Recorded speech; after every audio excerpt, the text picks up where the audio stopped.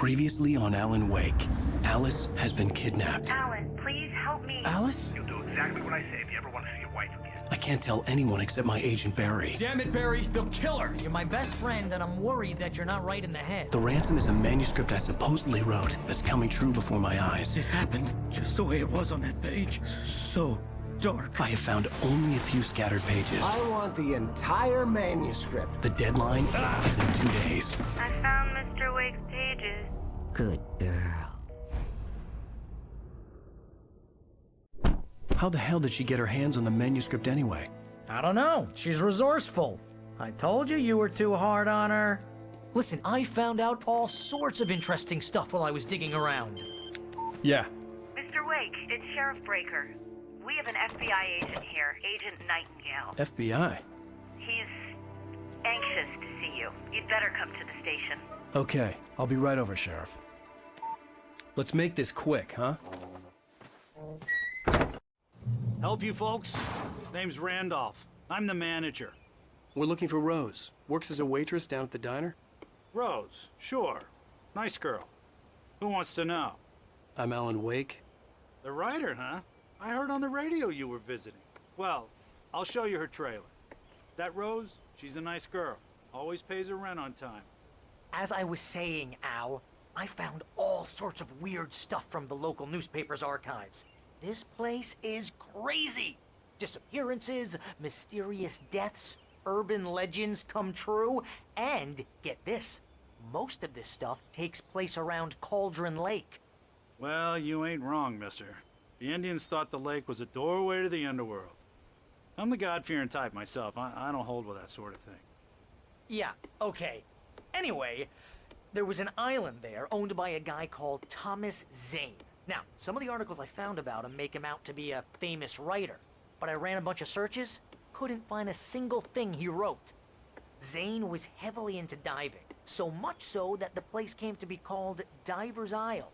But the volcano under the lake erupted in 1970, and Zane went down with the island.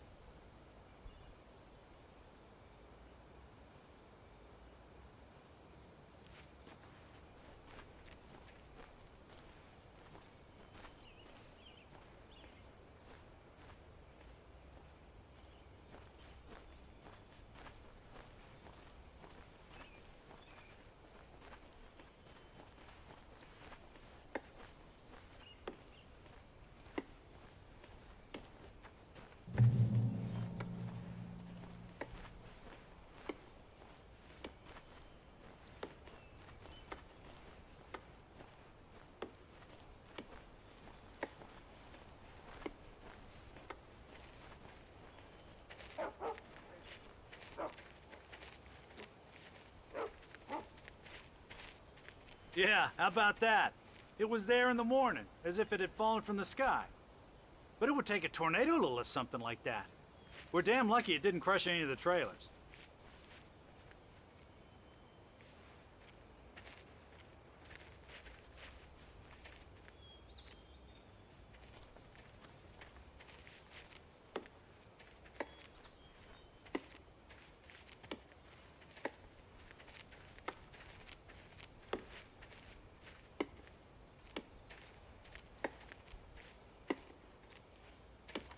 Gets better.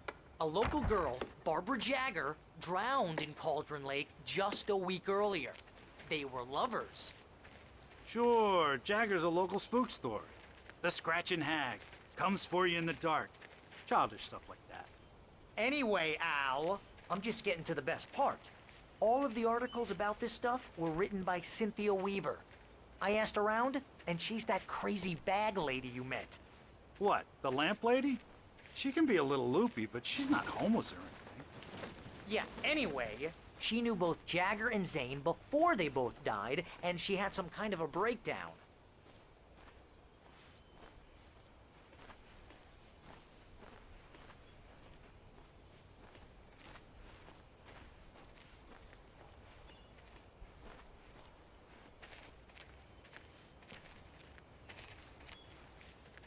Well, mister, this here's Rose's trailer. You mind me asking what you want with her? We're just here to talk to her, pal.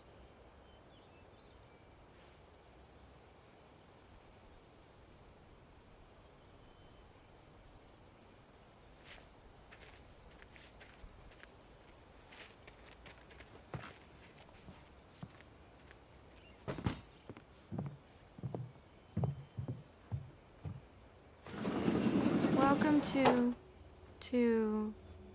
Oh dear, Mr. Wake. I'm so glad you're here. Rose, you have my manuscript? Oh. Oh, yes. Yes. Please, come in. Hey, this is really good!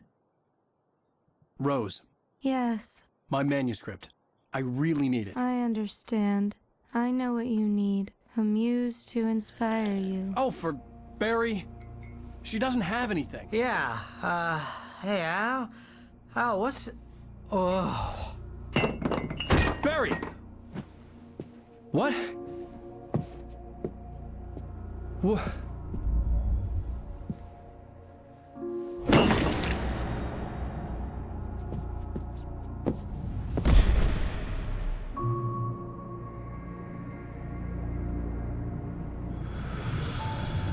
It's coming for you, hiding in my barber's skin.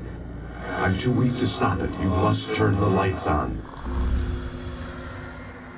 I promised I'd come visit you and your lovely wife. You must finish what you started. I insist. You must turn the lights on.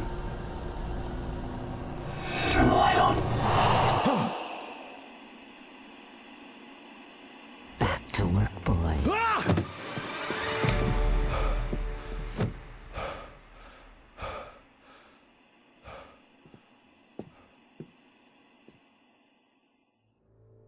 I felt nauseous, hungover. Only anger kept me going. I can't tell reality from dream anymore, but it seems I have an imaginary editor to help me. She's an old woman in a funeral dress. I call her Barbara Jagger. She's very strict. I'm writing faster and faster. My manuscript is being heavily revised. The edits are getting very aggressive, and each day there's less of me and more of her. I hate it, but I know she's right. She promises me I can save Alice this way. She knows more of this than I do. About the complex incantation I'm attempting. About this place. She's worked with another writer under similar circumstances, Thomas Zane. The genre of the story seems to be shifting. It's turning into a horror story. I'm getting close. I can feel it.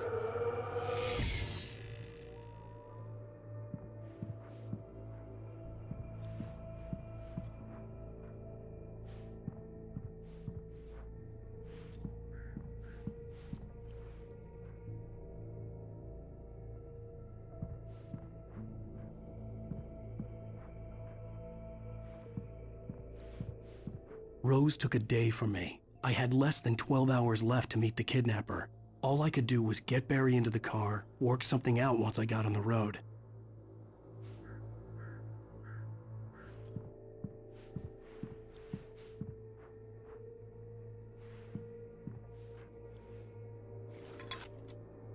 Welcome to the Oh Dear Diner. What can I get you today? Coffee? I couldn't work up much hate for Rose. Something had used her to get to me and left its mark. First refill is free. Milk and sugar on the counter there. Would you like to hear today's specials? Thank you. A nice day. Come back soon. Barry was out of it. He was way too heavy to carry.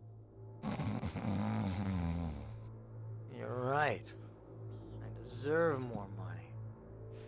I'm so handsome.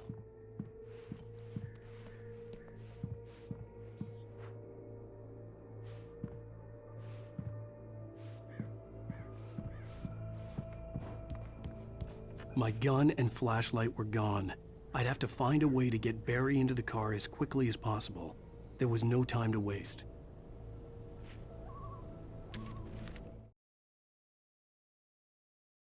Mr. Randolph liked Rose. That little smile she had. How she was still sweet when life had tried so hard to make her bitter. It wasn't any of his business what she did in her trailer. But those strangers, the writer and his smart-ass sidekick, looked like trouble. And they'd been in there for hours, way past her normal bedtime. He reached for the phone and called the sheriff's station.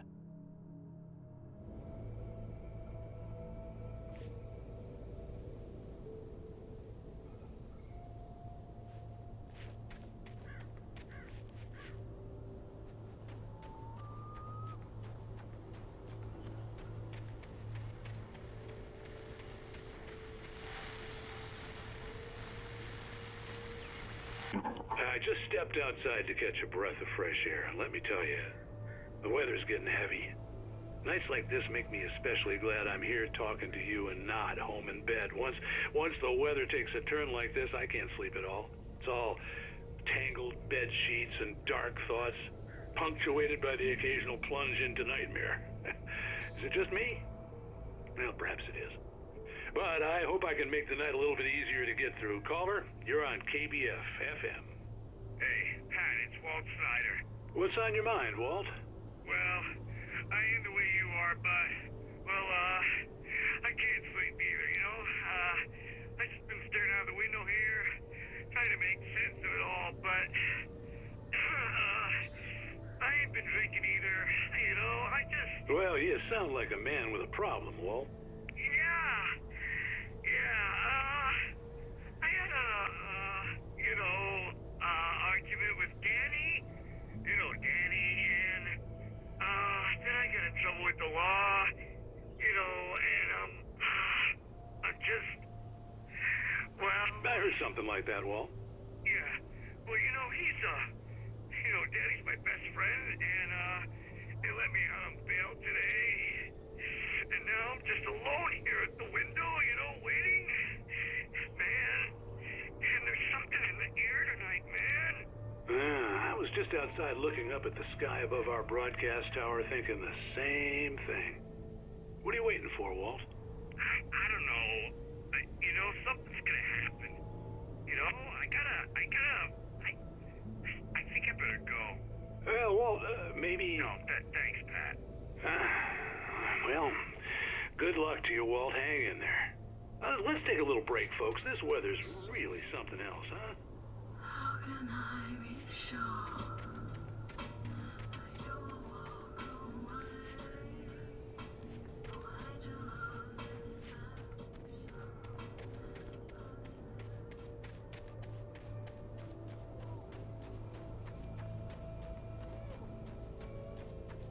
Oh, you're gonna get it now. God knows what you've done to that poor girl. This is Agent Nightingale, FBI! Get him up, Hemingway! You're under arrest! You move a muscle, I'll unload right in your goddamn face! Stay right where you are, Spillane!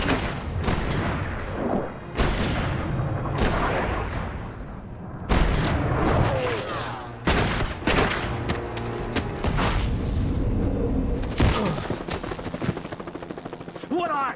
I'm standing right here, you goddamn maniac!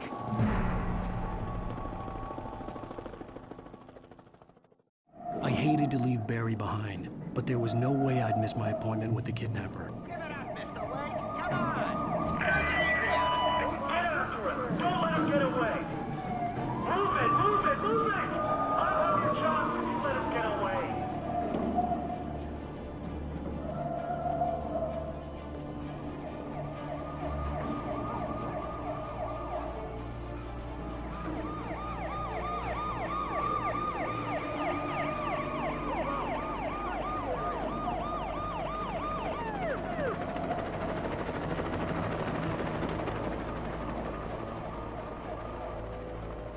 Stop running! Freeze! Okay, men, keep your eyes peeled. He's gonna try to make it through here. Oh, damn. This way! Over here! Where did he go? Wait!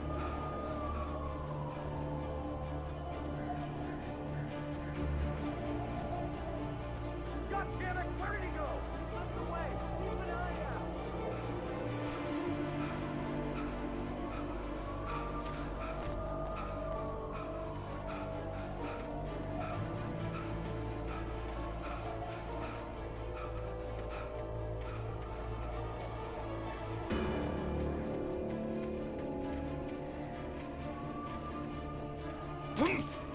He's gone. Come on, guys. We need to head him off.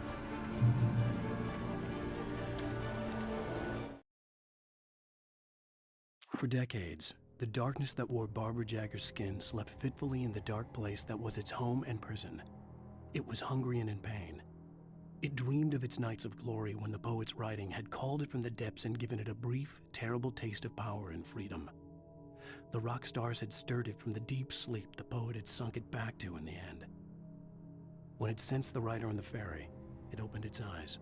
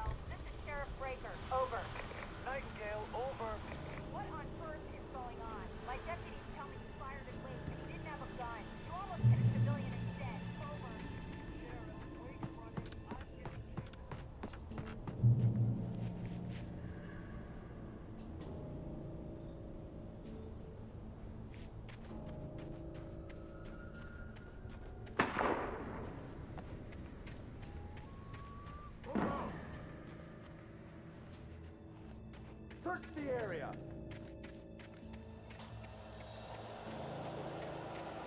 Stay sharp! This way! Over here!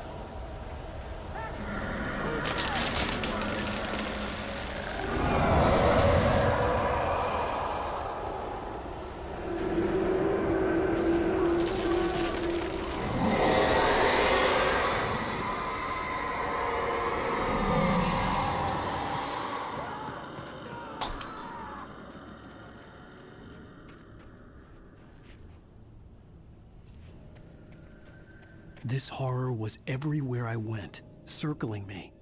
The cops didn't stand a chance. They were after a writer, not a monster. I've lost contact with most of the men who assigned to me. It's Wake's doing. Wait, are you seriously telling me that geek writer just took out my deputies? Are you kidding? I mean, have you seen this guy? He wears a tweed jacket. Over. He's the guy we're chasing. If it's not him, who then? Bigfoot? Over. I don't know yet, but I'm not in the habit of something.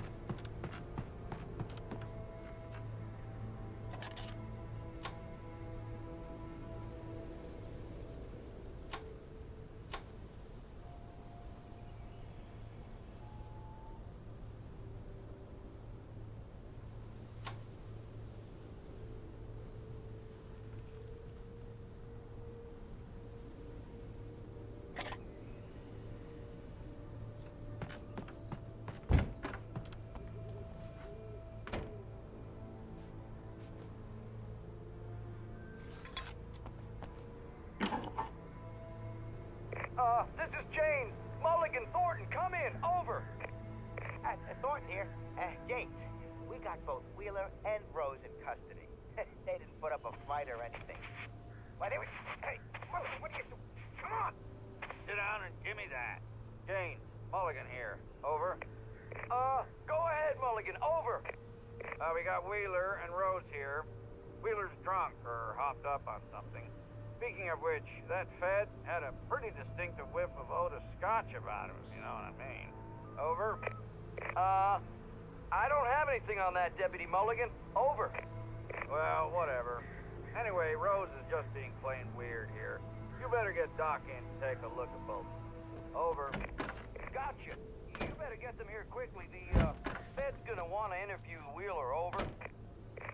Oh yeah, I'll bet he does. Looks like they have a lot in common. Mulligan out.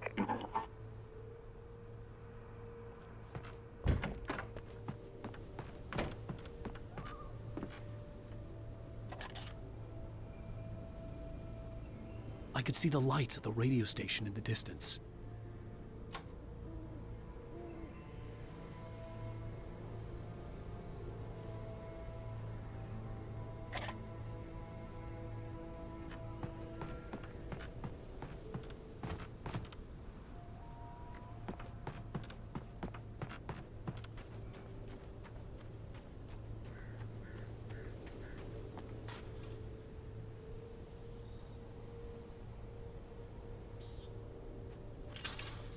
I imagined that the broadcast tower in the distance was part of the local radio station.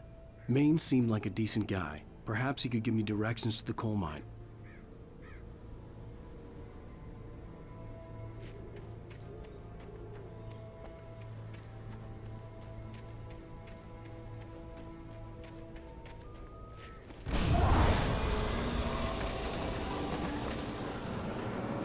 Unnatural shadows clung to the gate. The darkness that was after me was trying to stop me. I wouldn't get through without a light.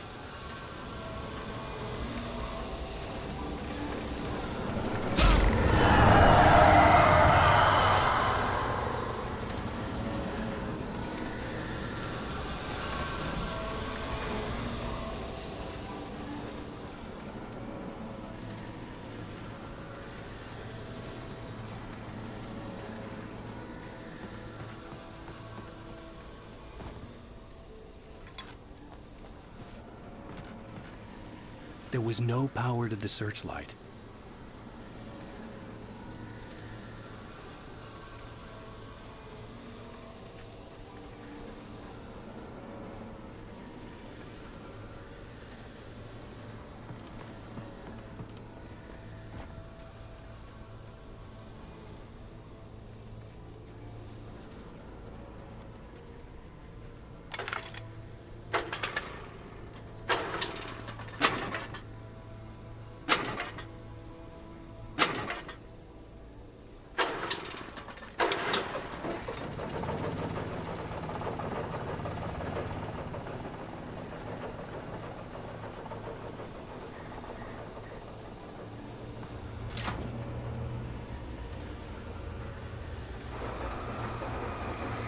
The old generator conked out. I'd have to see if I could fix it and try again.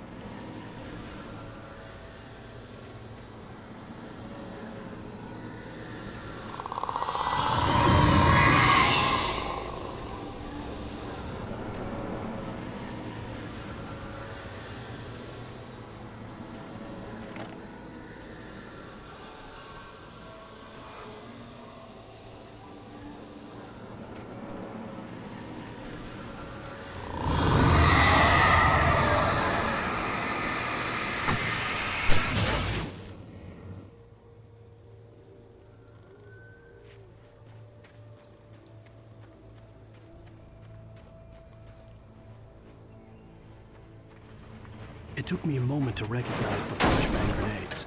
They were an ideal weapon for my situation. Team 1, come in. Over. Team 1, this is Sheriff Breaker. Report. Over. Team 2, come in. I need a report. Over. Come on, guys. Talk to me. Come in, please. Over.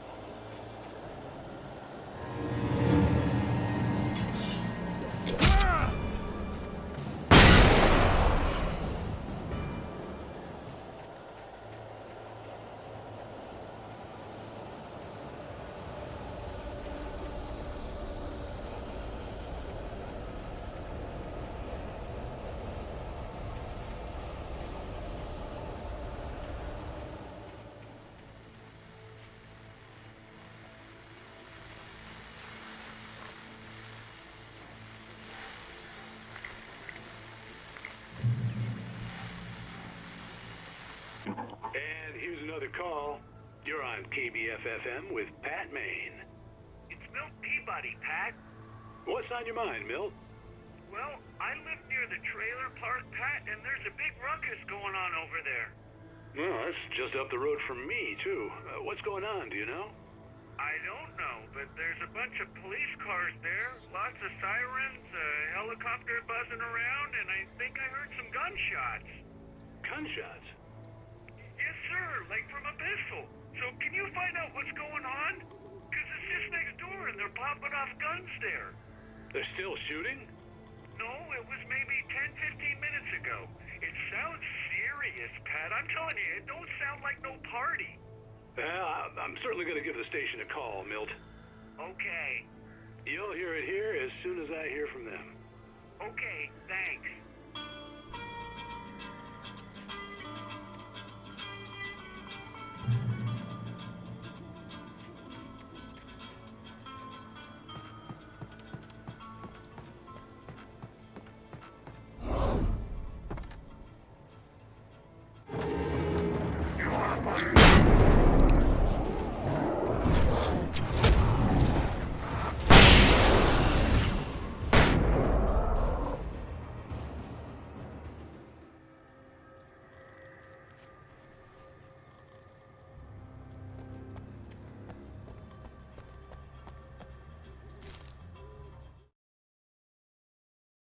Touched by the dark presence, Rose was lost in a dreamland where everything was drawn in black and gray crayons. The old lady had promised her that all her wishes would come true. She would be Alan Wake's muse. She was smiling so hard it hurt her face. She crushed a bottle full of sleeping pills into the coffee. Deep down inside, she was screaming in terror.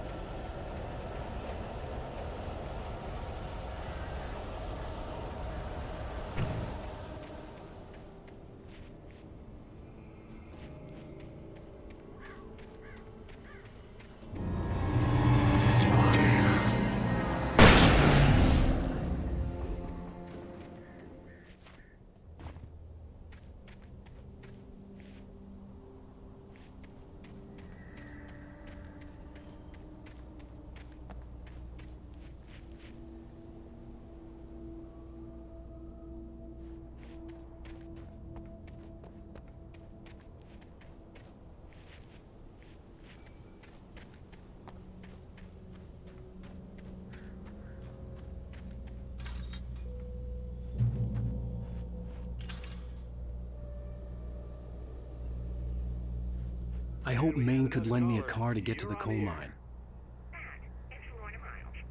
Oh, why, hello, Lorna. What do you have for us? Well, I just don't see why the cops bother with the trailer park. What do you mean? It's a trailer park. Of course you're going to have trouble with a place like that. I mean,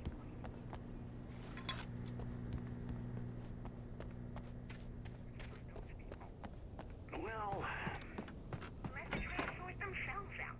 I'm sorry, but my granddaddy settled in Bright Falls in 1911. well, thank you very much for that compassionate viewpoint, Lorna. Oh, here's a little surprise. The famous writer Alan Wake just walked in. Folks, I'm going to see if I can talk him into an interview.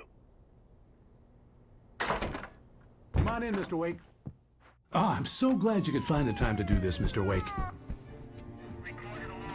Nowhere to run now, Dan Brown. You back away from me. Don't hurt it. Whoa. Everyone calm down. Put the gun down. We're all friends here, right? Cool your jets, Nightingale. We got him.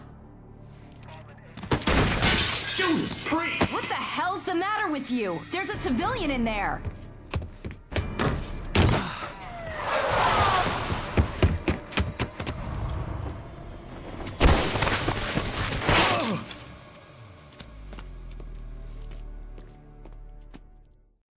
I'll get you yet, even if it kills me. You hear me? You hear me, H.P. Lovecraft? I had fallen off so many cliffs it was ridiculous. That's what you get for naming a book The Sudden Stop. It was probably good I hadn't had the chance to tell Maine where I was going. I'd have to lose the cops and find my own way to the mine.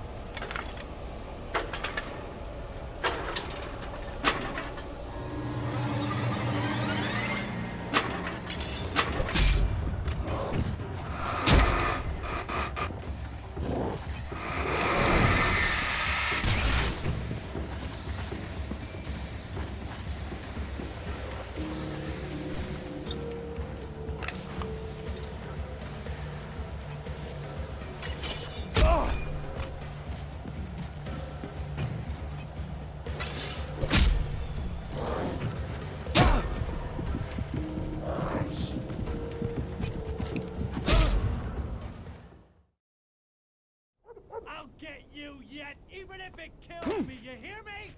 You hear me, H.P. Lovecraft? I had fallen off so many cliffs it was ridiculous. That's what you get for naming a book The Sudden Stop. It was probably good I hadn't had the chance to tell Maine where I was going. I'd have to lose the cops and find my own way to the mine.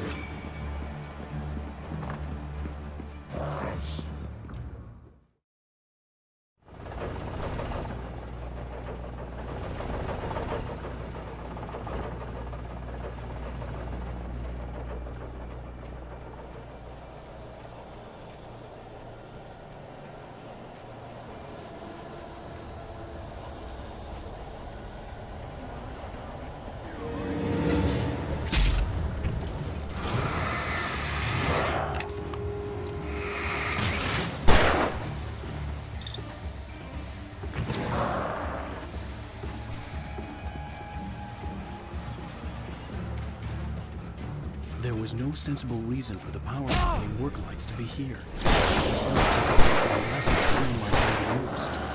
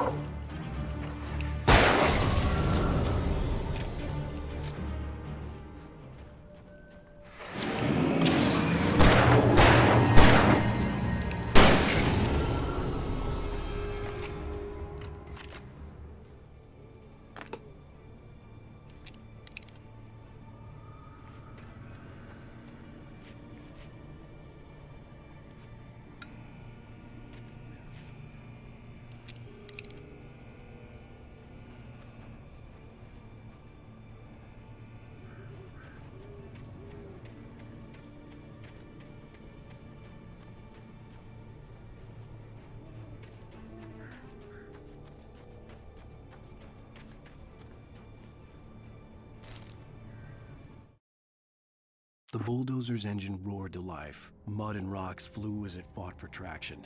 It crashed through the concrete wall and landed heavily in the yard. If it were an animal, it would have shaken its head after the impact, fixed its eyes on me, and charged. Of course, it had no head, nor eyes.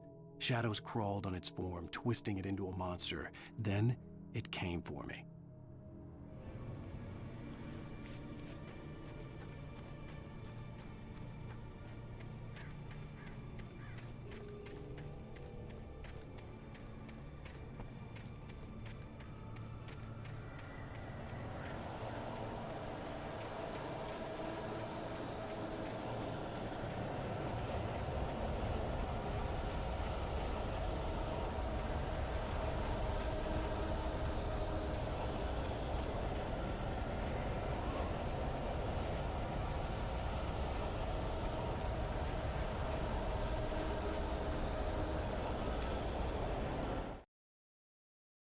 Sarah trusted her gut, and her gut said Agent Nightingale was an asshole.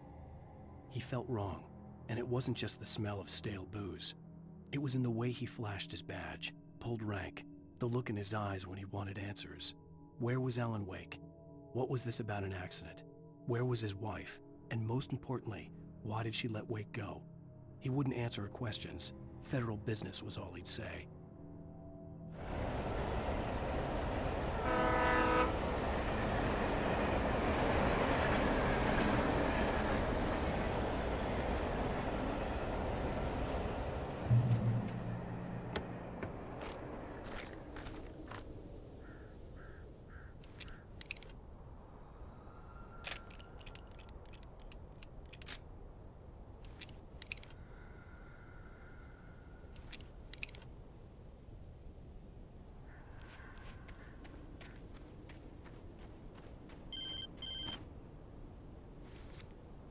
Hello? The most stubborn man I've ever met. Alice? Alice? Alan. I'm so afraid. Keeps me in the dark. Please help me. I look at you, Alan, and it's not you. Something else. Looking out from behind your eyes. Alice, I'm here. I'm so alone here. It's all gonna go to hell. You need to be careful. Cooperate. The connection had been terrible, but that wasn't the only thing that hadn't been right with the call. She sounded wrong somehow, but she had called me.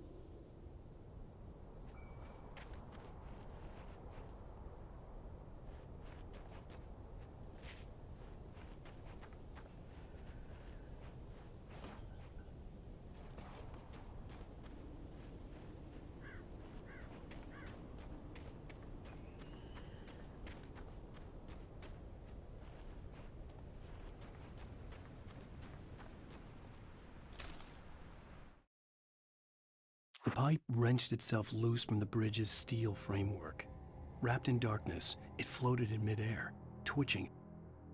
For a moment, I didn't understand what I was looking at. The heavy object lurched at me with impossible force. I threw myself out of the way, but just barely. When I turned my flashlight on it, it shook in a dark rage before it flew at me again.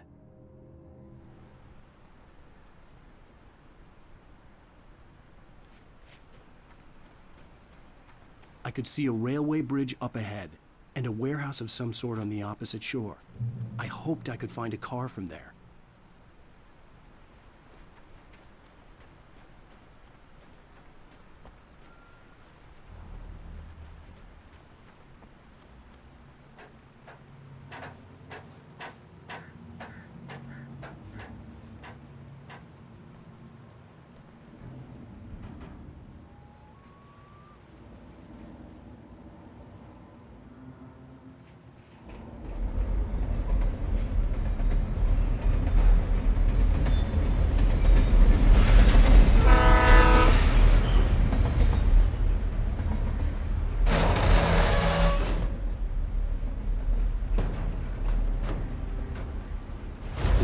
That was pursuing me was growing stronger, and it was taking over everything in its path.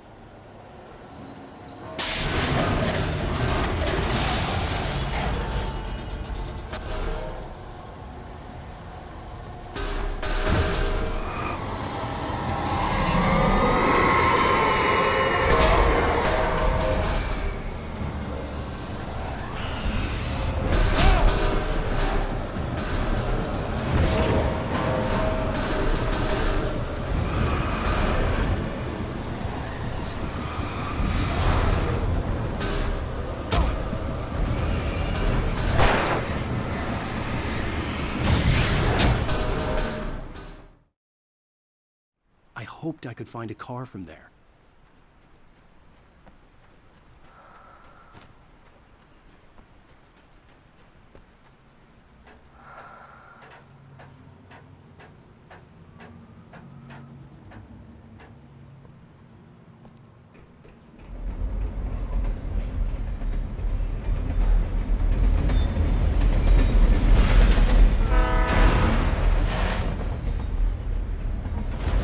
That was pursuing me was growing stronger, and it was taking over everything in its path.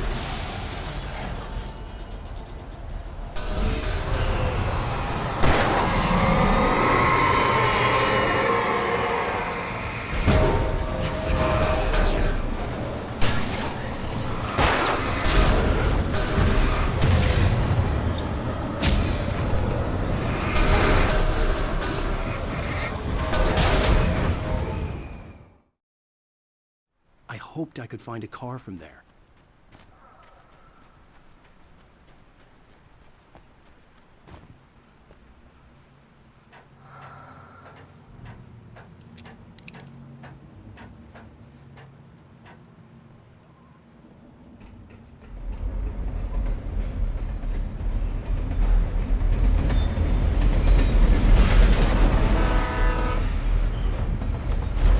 That was pursuing me was growing stronger, and it was taking... I hoped I could find a car from there.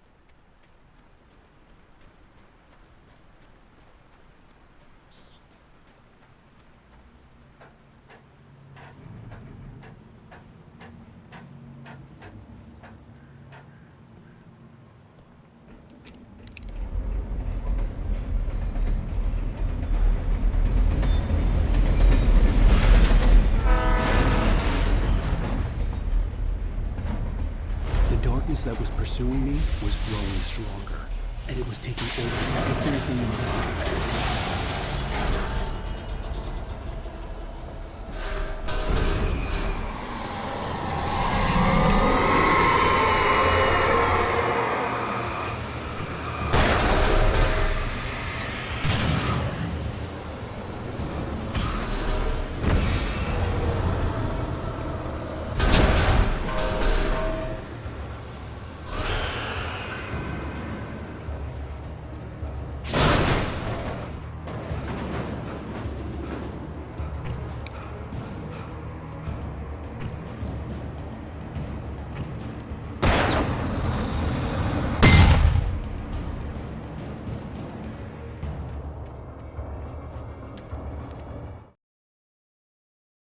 I slammed the door shut right in his smug face. He pleaded for me to open the door. True to form, the asshole actually thought I would obey. I had no sympathy left, no guilt either, not for him. I took a moment to savor the scream. I bet I had a smile on my face. It was all that I had time for. The dark presence was inside the lodge with me.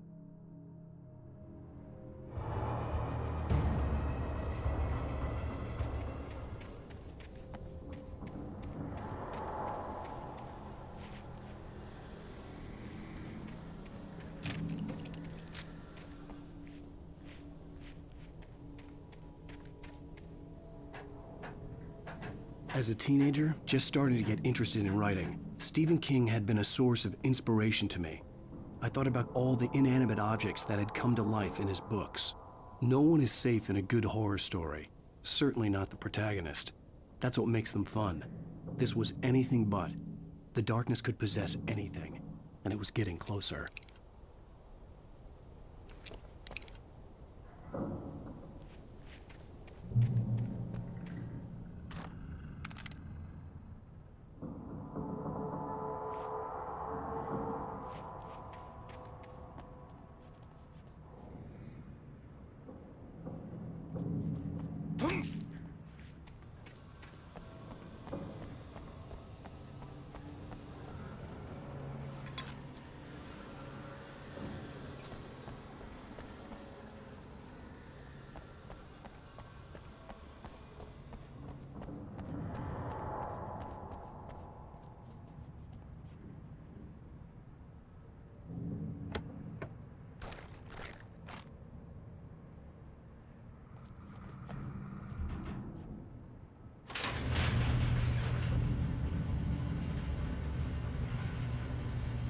Did you call 911?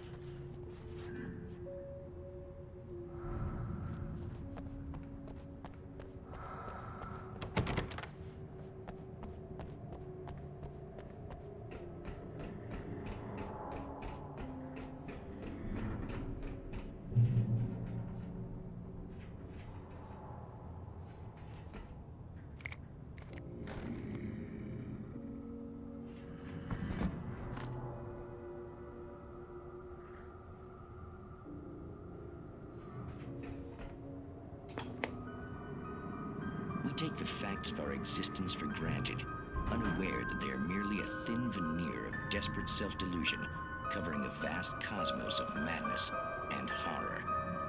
All too often, the stars are right. In Night Springs. Tonight's episode, a family occasion. Journalist Alvin Derleth's trip to study the local customs of an insular community in Night Springs has been less than successful. Until tonight. Well, I'm glad you changed your minds about this. Ancient customs, local mythology. My editor loves this kind of stuff. Well, Mr. Derleth, we don't want to feel like we're on exhibition.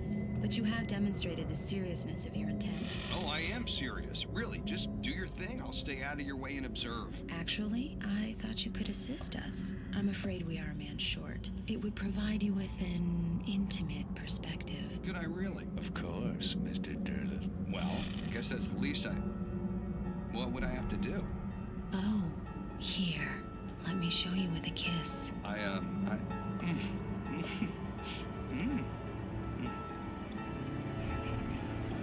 What did you...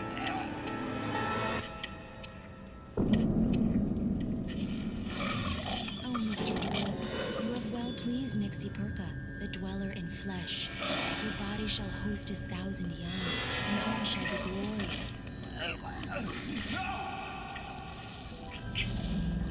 Shh, darling, be calm. Shh. Alvin Derleth learned a harsh lesson. If you go looking for mythology, it may come looking for you. And such quests always bear fruit.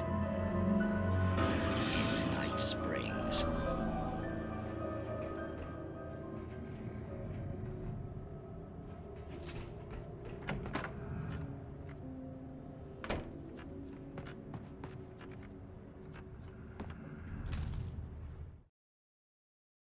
The darkness surged towards me, sucking everything loose from the ground into its depths, tugging at my clothes. I saw the flare the kidnapper had dropped and threw myself towards it just as I felt my feet leave the ground. The darkness embraced me with the force of a tornado. Somehow I managed to light the flare. The darkness roared and cast me away. I fell toward the dark waters of the lake far below.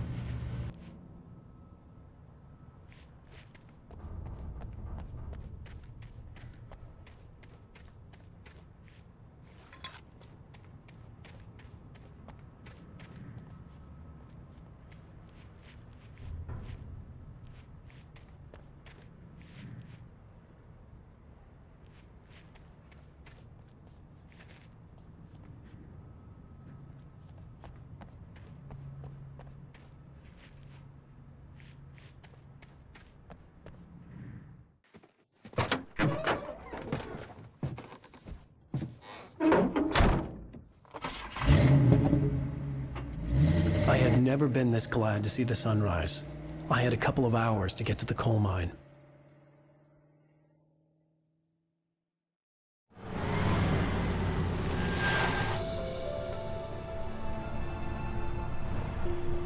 The coal mine wasn't far now.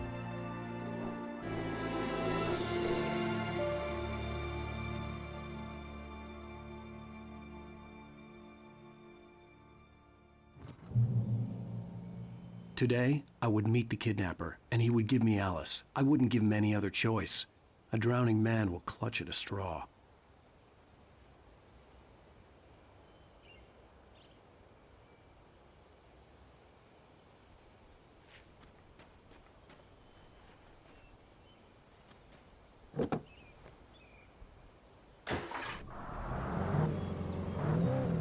Little by little, without realizing it, I'd come to believe that the story in the manuscript was coming true. The current of its narrative had taken me deeper and deeper into dark waters. Alice had been taken from me. Barry was probably in jail. I was a fugitive from the FBI. The whole world taken over by the dark presence was trying to destroy me. It all felt real, but it matched a textbook case of insanity.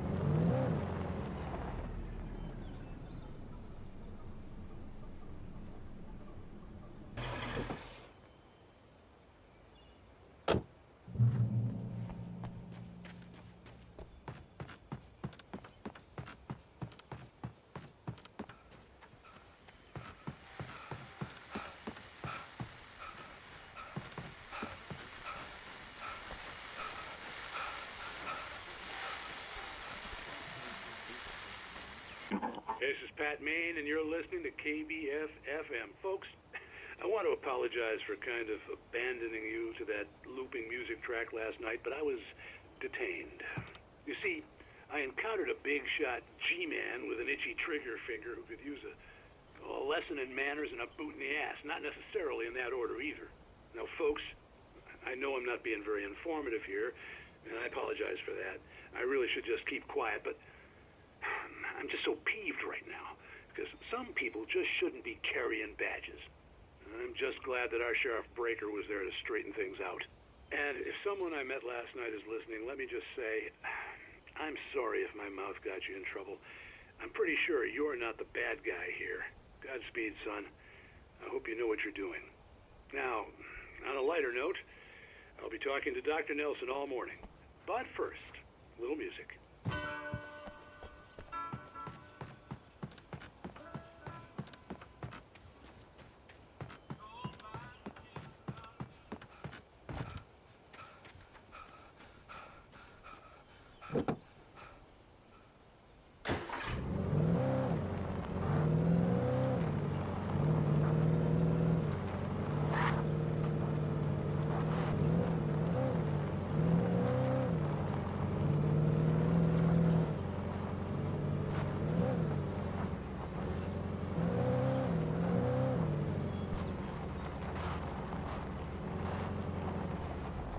I was early. I was supposed to meet the kidnapper at noon in the main building. The coal mine was quiet. It was a museum now.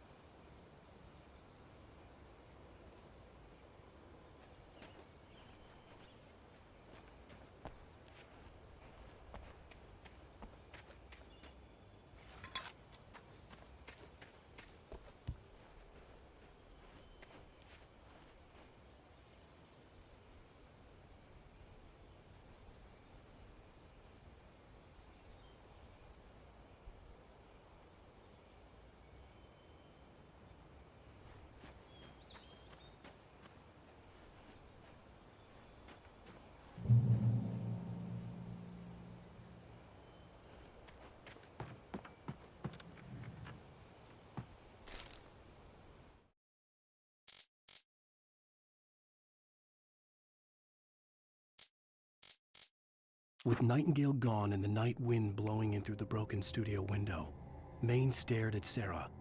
The sheriff looked away. Maine's voice shook with barely controlled anger. That boy's doing more drinking than thinking. I hope you know what you're doing, Sarah. He's got a sickness in his eyes. You take my word for it. He wants Wake for a reason, and it's not for anything good.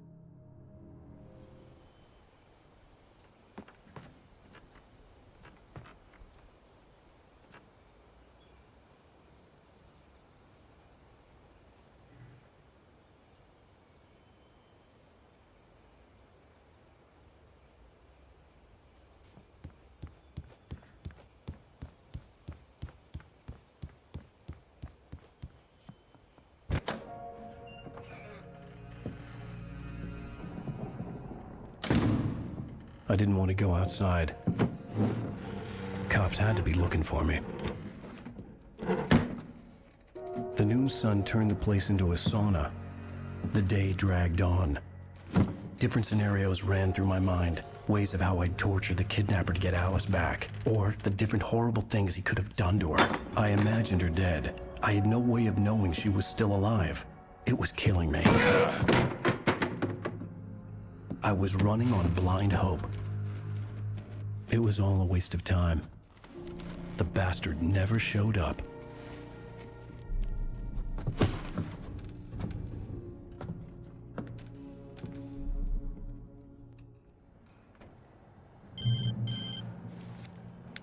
Wake! Where the hell are you? Change of plans. You know where Mirror Peak is? It's a big mountain north of where you are. You follow the path from the mine, you can't miss it. There's a lookout point there. I'll be waiting. I'm through being jerked around by You you. want to see your wife alive? Because if you do, you better watch what you say to me. Do we understand each other? I want to talk to Alice. Yeah, and I want the manuscript. Don't keep me waiting, Wake. Hello? Hello? Ah! I'm gonna kill him. I had to get to Mirror Peak.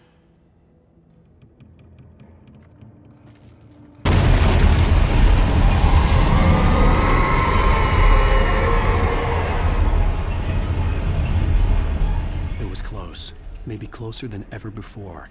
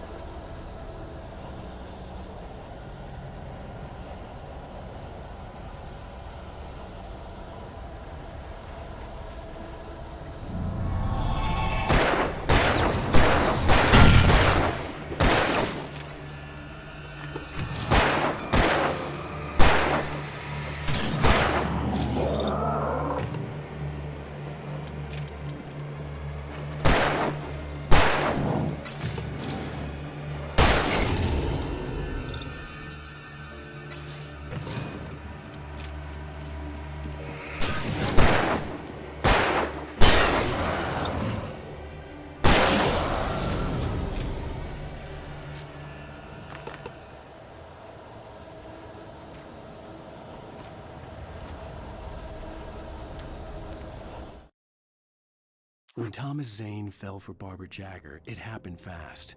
She was young, vibrant, and beautiful, full of life. He had never been a very happy man, and without any seeming effort, she had changed all that. Zane felt good for the first time in his life. Everything she did was another piece of a jigsaw puzzle he hadn't even known he'd been missing. And best of all, she made the words flow, strong and sharp. She was his muse.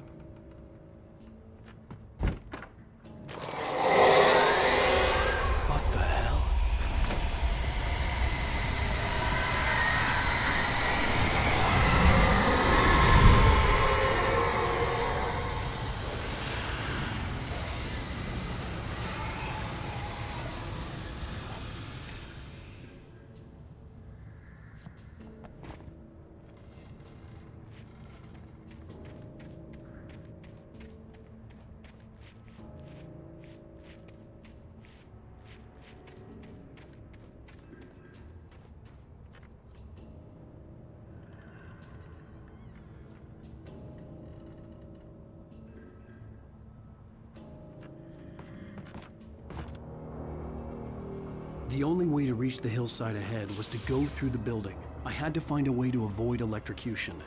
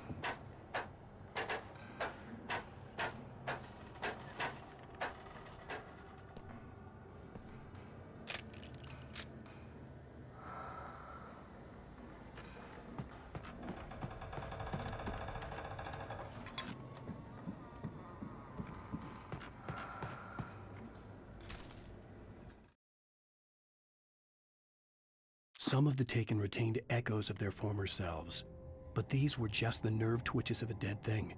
Nothing remained but a shell covered and filled with darkness.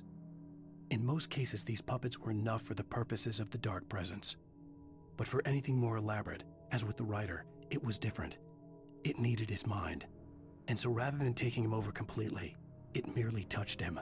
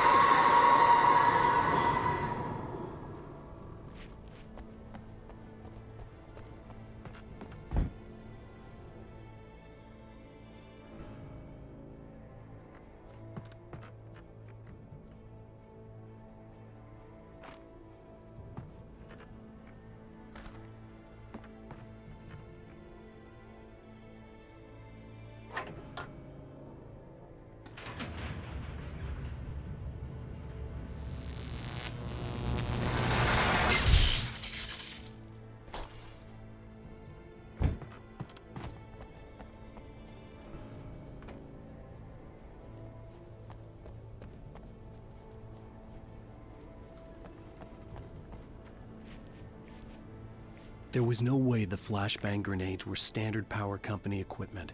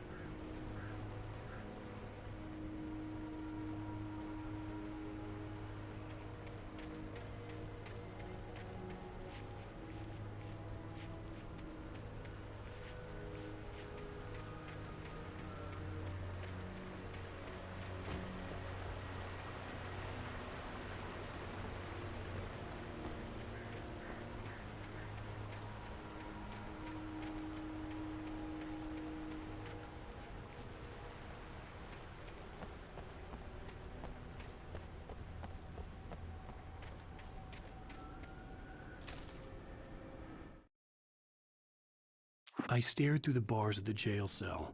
Barry stood behind me, swaying on his feet, looking as ill as I felt. Agent Nightingale stood on the other side of the bars with Sheriff Breaker. Nightingale had a stack of manuscript pages in his hand. He seemed unhinged as he gloated. Well, I've got you now, Raymond Chandler. It's all here. All the evidence, including conspiracy to murder a federal agent.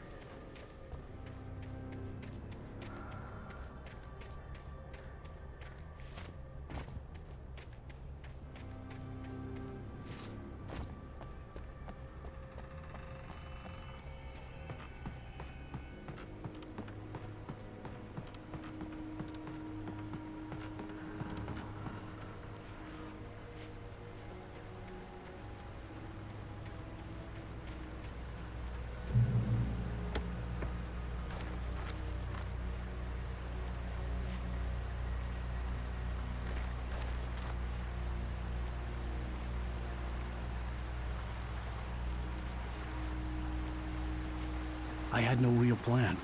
I was going to give the kidnapper all the manuscript pages I had for Alice. If that wasn't enough, I'd hold him at gunpoint and make him talk.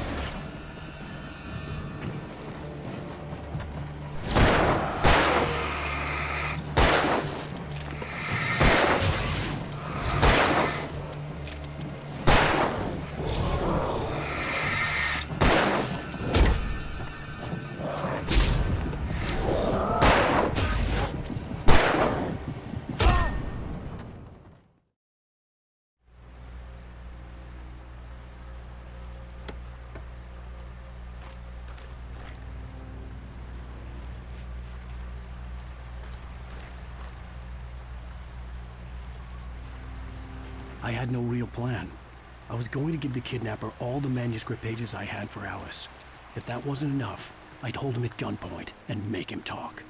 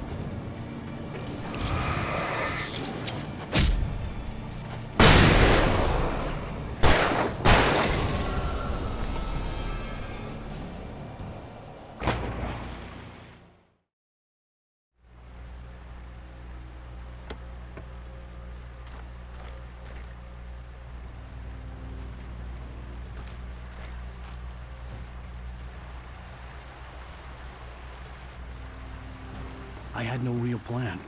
I was going to give the kidnapper all the manuscript pages I had for Alice. If that wasn't enough, I'd hold him at gunpoint and make him talk.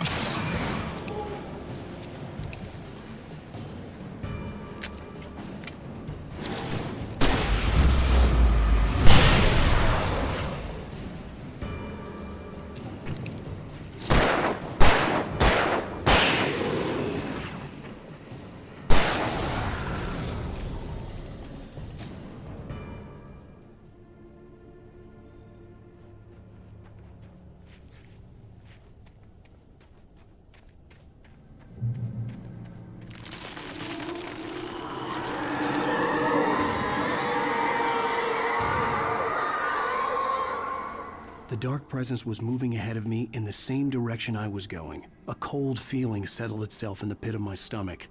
Was it going for Alice?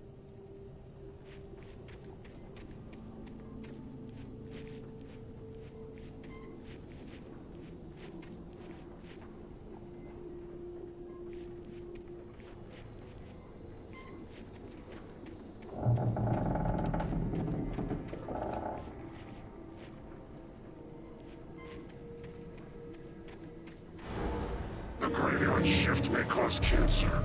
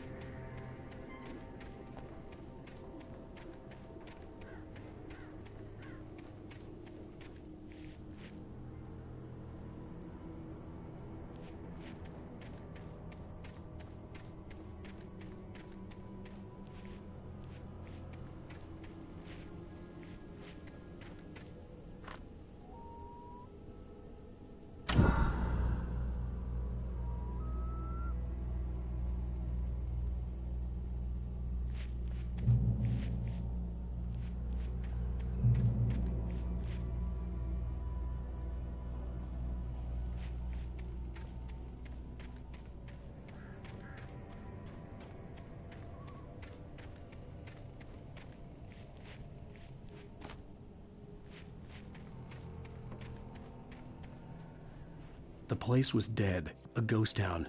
Had been for decades, maybe a century.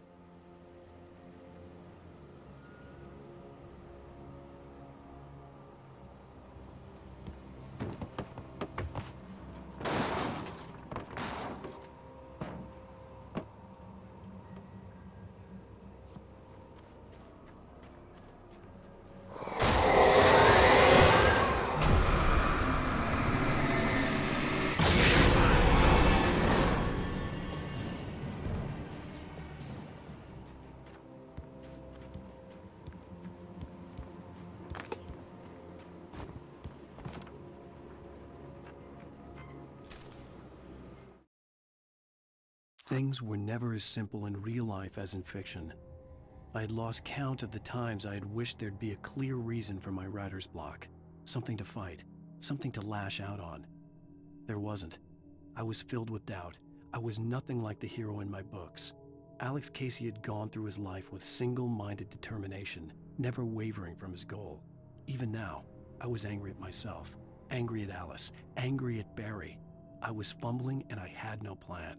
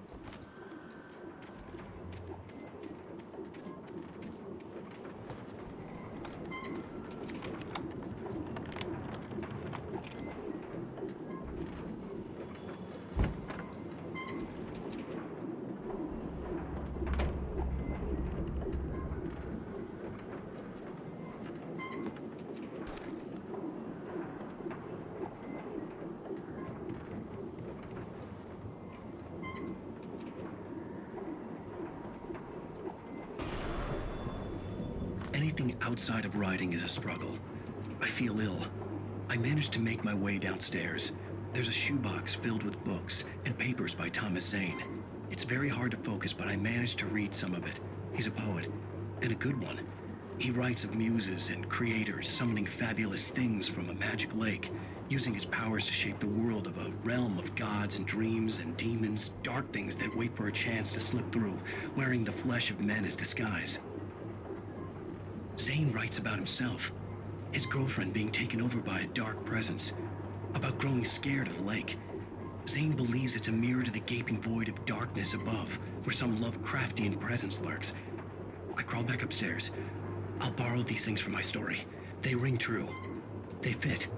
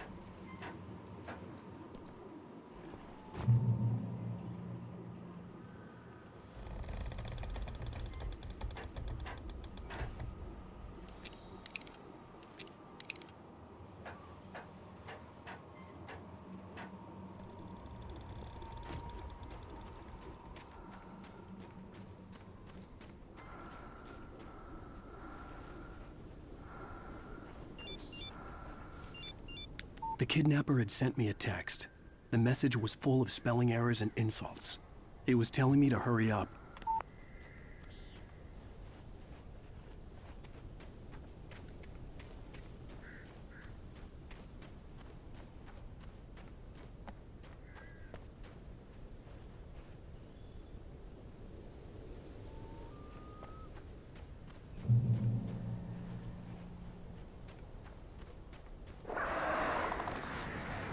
Birds.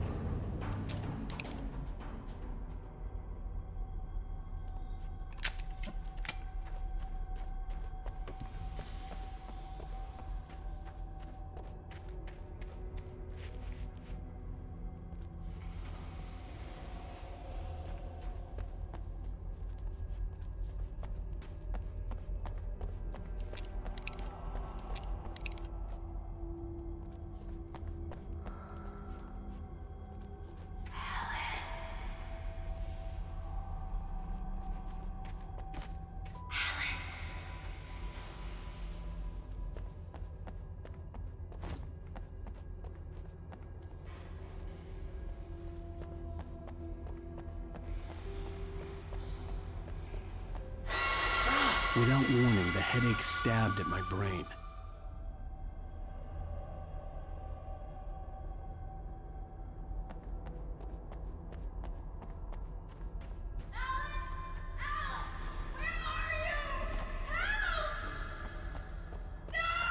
Alice?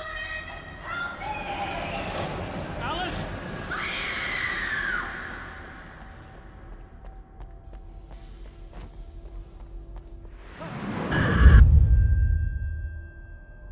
I'm losing it. I gotta get out of here.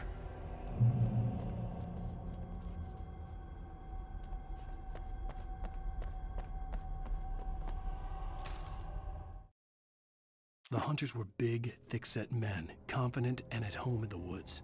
They were feeling good, running on beer, ghost stories, and camaraderie late into the night. It did them no good, as they were taken by the dark presence, sucked deep into a darkness far worse than any ghost story they ever told or heard.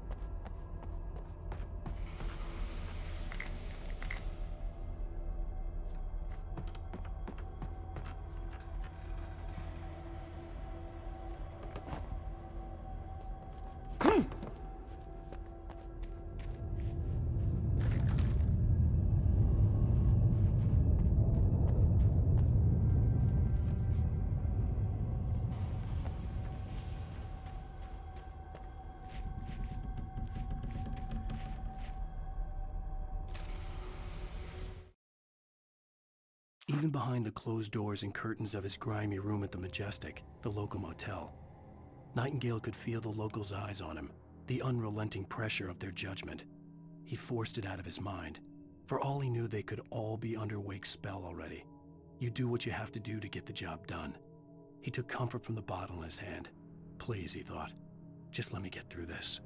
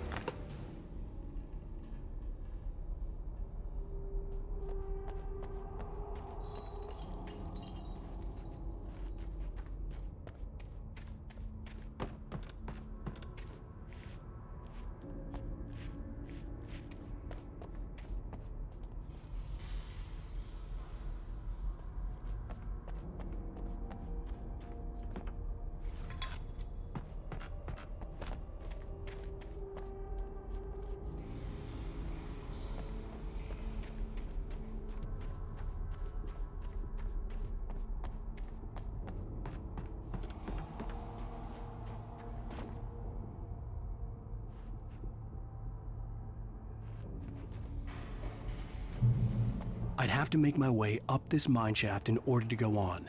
Maybe the machinery could help me with that.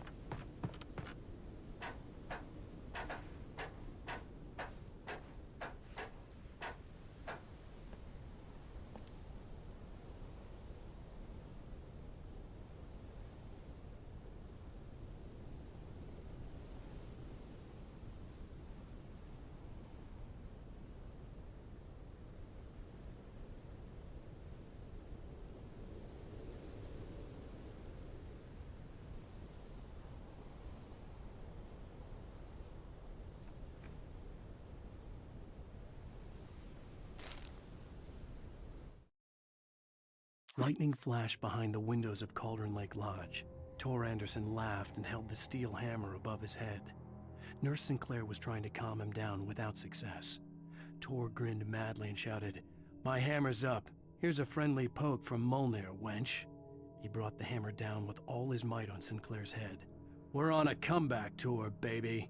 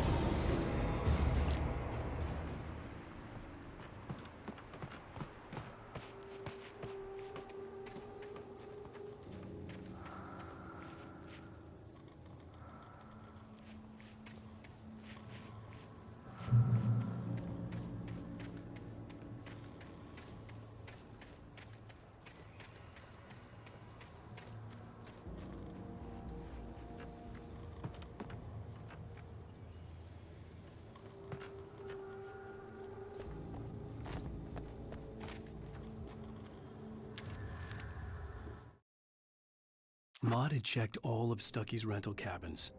There had been no sign of the Wakes. It was dark when he'd found their car parked at the end of the road by Cauldron Lake. It made no sense.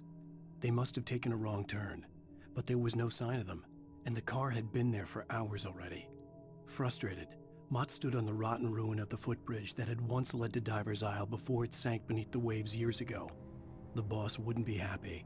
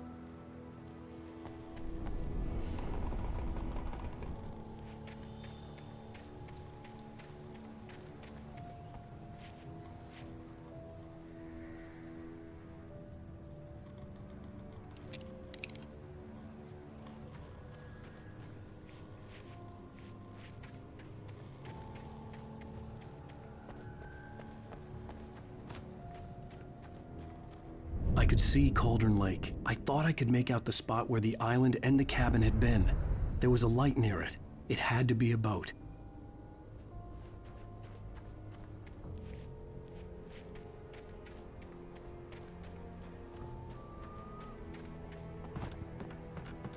I was close now. I had to get there fast.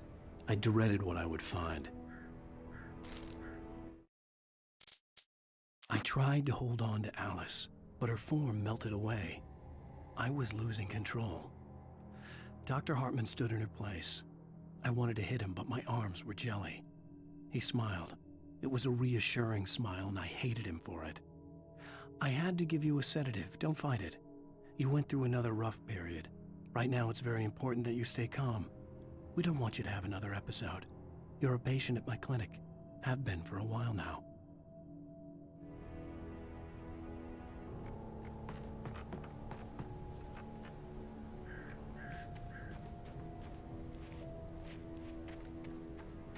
Wait!